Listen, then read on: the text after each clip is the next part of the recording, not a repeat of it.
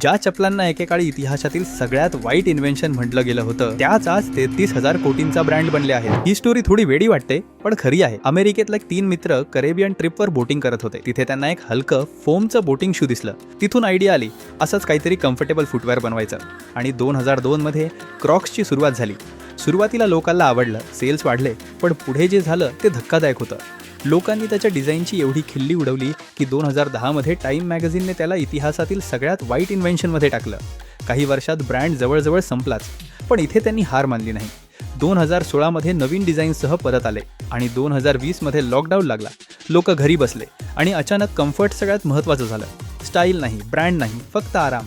आणि इथेच क्रॉक्स पुन्हा गेममध्ये आले। पुढच्या काही वर्षांत सेल्स एवढ्या वाढल्या की ब्रँडने अक्षरशः कमबॅक केलं। आज ज्याला लोक कुरूप म्हणायचे, तोच ब्रँड हजारो कोटी कमवतोय।